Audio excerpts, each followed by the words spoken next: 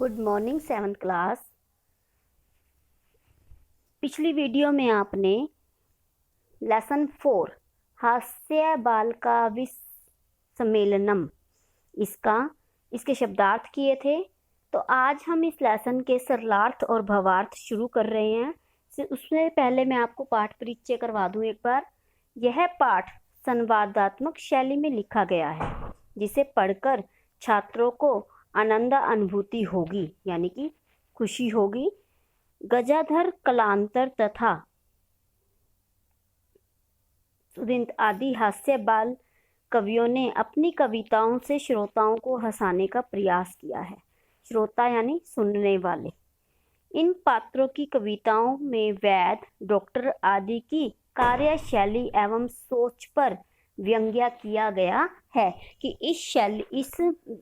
इस कविताओं में वैद, डॉक्टर आदि की कार्यशैली की वो किस प्रकार से कार्य करते हैं उसके ऊपर उनकी सोच पर व्यंग्य किया गया, यानी मजाक किया गया है। तो शुरू करते हैं हम अपना फर्स्ट पहरा, जिसमें सबसे पहले दिया हुआ है विविध वेशभूषा धारिणी चत्वारः बालकस्य मंचस्य उपाधि उपविष्टा सन्ति अधः श्रोतार हास्य कविता श्रवणाय उत्सुकता सन्ति कोलाहलं न च कुर्वन्ति।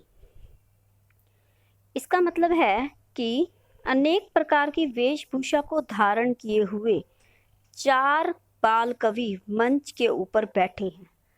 कि अनेक प्रकार की वेशभूषा को धारण किए हुए 4 कवि जो हैं वो मंच पर बैठे हैं।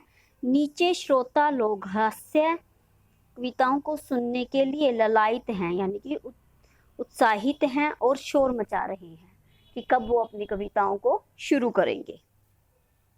तो उससे पहले इनकी संस्कृत की हिंदी लिखने से पहले हम हमेशा प्रसंग लिखते हैं। तो प्रस्तुत संवाद हैं ये कि एक जना बोलता है फिर दूसरा उसका उत्तर देता है, जो डायलॉग्स होते हैं इंग्लिश में। अनेक प्रकार की वेशभूषा को इसका प्रसंग करेंगे हम। प्रस्तुत संवाद की पाठ्य पुस्तक रुचिरा द्वितीय भाग के अंतर्गत हास्य बाल कवि सम्मेलनम के पाठ में से लिया गया है। इन संवाद में वैद की हंसी उड़ाई गई है कि जो अब संवाद चलेगा उसमें वैद का मजाक उड़ाया गया है। तो शुरू करते हैं हम। संचालक है अलम कोलाहले शोर मत कीजिए अधः परम हर्षस्य अवसर। यह आज की बड़ी खुशी का विषय है। यत कि अस्मिन् कवि सम्मेलनम काव्य हंतारः काल्यापकाश्च भारतस्य हास्य कवि धनुर्धारः समागता सन्ति। कि इस कवि सम्मेलन में काव्य को नष्ट करने वाले, काव्य हंतारः काव्य को नष्ट करने वाले,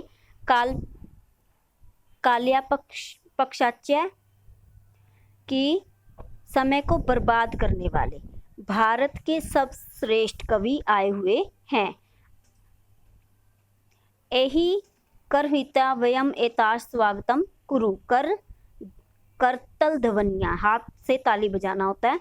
आइए तालियों की आवाज से इन सब का स्वागत करते हैं। गजाधर सर्वेभ्यो अर्षिकेभ्यो नमो नमः।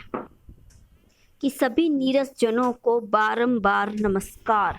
गजाधर जो है वो एक कवि है कि वो अपने श्रोताओं को नमस्कार कर रहा है कि उनको बारंबार नमस्कार।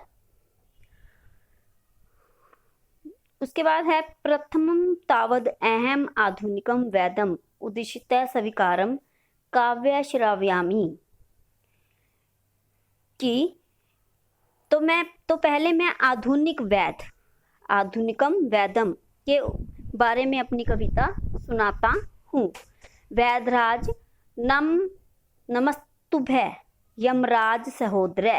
कि हे वेदराज, यमराज के बड़े भाई, तुम्हें नमस्कार है। यमस्तु हरति प्राणा वैधा प्राणा धनिम च। कि यमराज तो केवल प्राणों को हरता है, परंतु वैद जो है वो धन और प्राण दोनों को हरता है, कि धन भी ग्रहण कर लेता है और प्राणों को भी हरता है। उसके बाद आता है हमारा भावार्थ, कि काव्य में रुचि न रखने वाले लोग भी हास्य काव्य को सुनना चाहते हैं। यमराज तो मनुष्य का ही नुकसान करता है, परंतु वैद्य मरीज से धन तो लेता ही है, अपनी अज्ञानता से उनके प्राण भी ले लेता है।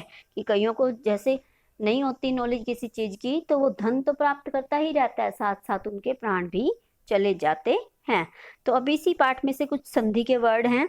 संधि विच्छेदनम, समागता, सम जमा में आगता, स्वागतम, सु जमा में आगतम, उद्देश्य, उत जमा में दिश्य, नमस्तुभ्य, नम जमा में तुभ्य, यम सतु, यम प्लस तु। उसके बाद हमारा सेकंड है, उसके बाद फिर कालांत क्या आ जाता है, अरे वैधवस्तु सर्वतम परंतु न ते मादृशा कुशला जनसंख्या निवारणे ममापि काव्यम इदम श्रुतु भवता। कि अरे डॉक्टर और वैद्य सब जगह होते हैं, सर्वत्र परंतु न तो मार्गदर्शिता, सब जगह होते हैं परंतु जनसंख्या रोकने में मेरे जैसे कुशल नहीं होते।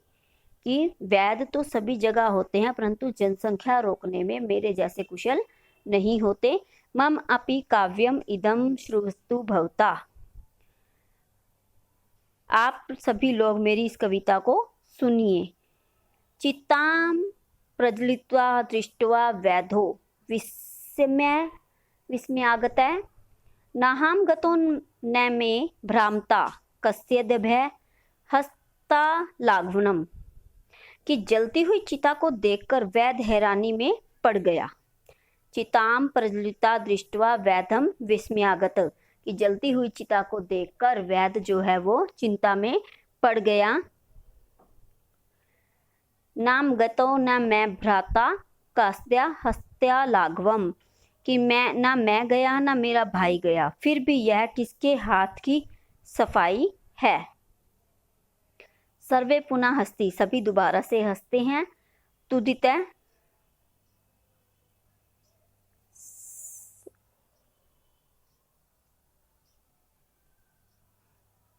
फिर तुदितः क्या कहता है कि तुदितो लवम भो मापी इदम काव्यम श्राव्यता जीवने धार्त्यम च पराण्यम प्राप्य द्रुपदे मां शरीरे दयाम कुरु परनानम दुर्गलम लोके श्रीणम पुनम पुनः पुनः।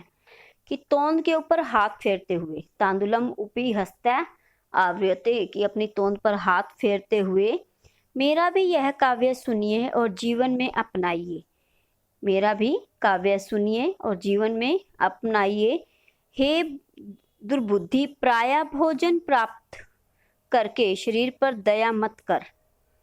प्राय इदम काव्य श्रुत्वा जीवनम धार्यम, कि मेरी कविता को भी सुनिए और उसे अपने जीवन में धारण कीजिए। प्रायम प्राप्तम दुर्बुद्धे, हे दुर्बुद्धि प्राय भोजन प्राप्त कर शरीर पर दया मत कर, क्योंकि पराम दुर्लम लोके शरीरनाम पुनः पुनः, कि संसार में प्राय भोजन कठिनाई से मिलने वाली वस्तु है, शरीर तो बार बार मिलते रहते हैं। फिर तभी सभी क्या करते हैं, फिर दोबारा से जोर से हंसने लगते हैं। कि इसमें ऊपर वाले में कहा गया है कि जलती हुई चिता को देखकर वैद्य हैरानी में पड़ गया, पर मैं गया ना मेरा भाई गया, फिर भी यह किसके हाथ की सफाई है, कि ये काम किसने किया।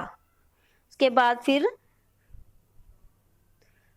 तुलित बोलते हैं कि तोंद के ऊपर हाथ फेरते हुए मैं तोंद हूँ, मेरा यह काव्य सुनिए।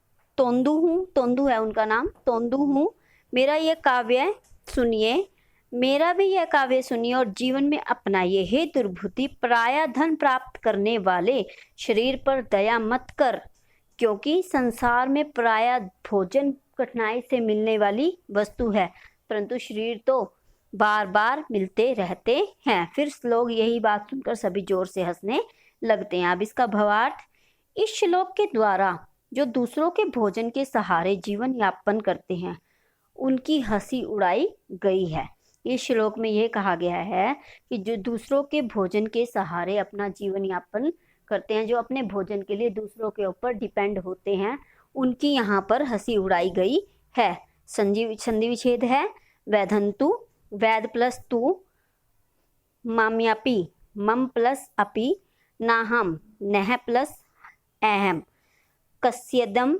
कस्य प्लस इदम, तुदलिका ओहम, तुंदलिका, तुंदलिला प्लस अहम, प्राण्यम, पर जन्म में अन्यम। तो आज अपने क्या करना है, इसी 2 श्लोक को अपनी नोटबुक में राइट करना है। जिस तरीके से करवाया गया है उसी तरीके से आपने इसे राइट करना है। भावार्थ भी लिखना है, प्रसंग भी दोनों का लिखना है, सरलार्थ हो गया, उसका संधि विच्छेद हो गया, ये सब आपने अपनी नोटबुक में राइट करना है।